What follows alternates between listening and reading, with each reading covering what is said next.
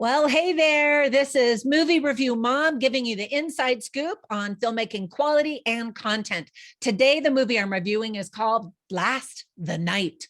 This bloody revenge movie is available in theaters and on video on demand on July 1st, 2022. The film is rated R and is an hour and 27 minutes. The Movie Review Mom grade I'm giving it is a D plus. Let me explain why. Keep watching. So I'm going to give you an overview in a nutshell, and then I'll point out things I liked, I didn't like, tips for parents, themes worth talking about, interesting, funny lines, and recommendations for other movies that I think that you're going to like better. So first, in a nutshell, during the pandemic, a burned out teacher on the verge of a breakdown overhears his students making fun of him in a Zoom class and vows revenge. The violent movie was directed by Nick Leisure with co-writing help from Tom Chilcote. Nick Leisure also stars in the movie. With all of the school shootings and revenge murders that we've had in this country, this movie seems problematic at best and will hit a disturbing chord with many viewers. Some people will just simply say, too soon, although maybe never is a good time for this. So let me first tell you some of the things that I liked about the movie. The cast includes Brian Austin Green and a group of politically correct, diverse teens: Eve Mauro, McKenna Taylor, Corey White, and David Valdez. It's fairly suspenseful, and you wonder what's going to happen. At the same time, it's also fairly predictable. But a lot of high school teachers will be able to relate to the many frustrations that the protagonist has with his job, especially during a pandemic and a quarantine, such as we all experienced. I personally know teachers who quit their jobs during the COVID quarantine because it was so stressful for them. Now, there were plenty of things I didn't like about the movie, obviously, because I didn't grade it very highly. First of all, none of the characters are likable at all. The problem with that is you don't feel invested in anyone living or dying. They're all terrible people, so you might even want them all to die. What public high school only has 4 students in it? The budget must have been very low that it couldn't even afford a few extras. You know what I mean? I've always enjoyed suspenseful thrillers that go on for hours to feature characters trying to survive an entire night against all odds. The ordeal at the school, however, seemed to last really only a couple of hours. And maybe it was just because things were sped up on the timeline, but it didn't feel like an all night, like the title suggests, last the night kind of a thing.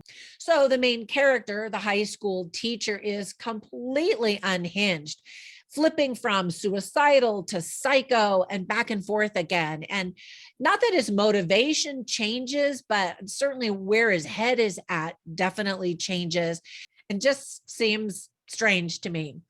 Let me give you some tips for parents. There's profanity, a million F-bombs and crude language, violence. Teens talk about intimate relations. Teens drink alcohol. A teenage boy is naked. We see a quick view from the back, although the other characters on the screen react to seeing him from the front.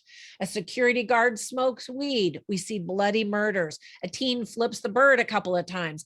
Paintball guns and real guns are used.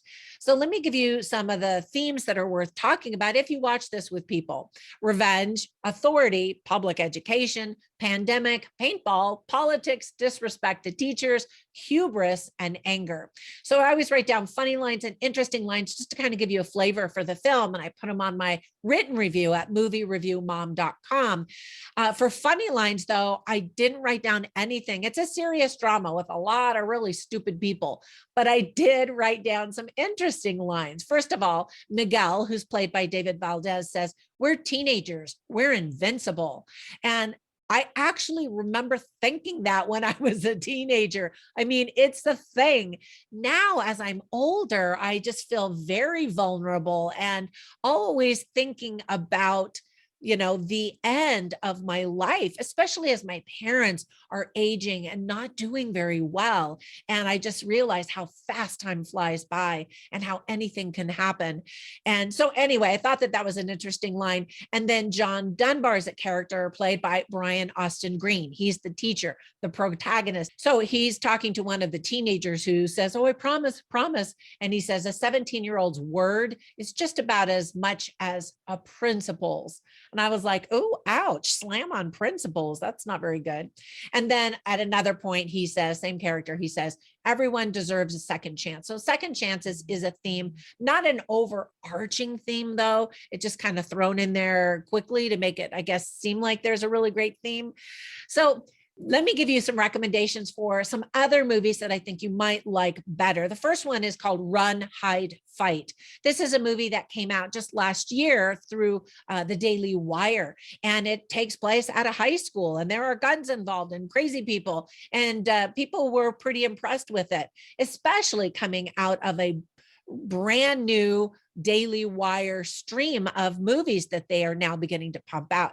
The other movie is one called Unhinged, and it's a guy who is unhinged and kind of seeking revenge for somebody who has done him wrong, and how so many people in society feel like they're entitled to everything. And rather than just forgiving somebody or brushing it off like, okay, you know, whatever, no big deal, giving people the benefit of the doubt, this guy goes berserk.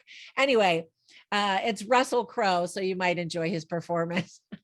All right, that's it for my review. I hope if you watch this movie, you enjoy it. But if you don't, hey, I gave you the heads up. That's it for my review. Have a fantastic day. Bye for now.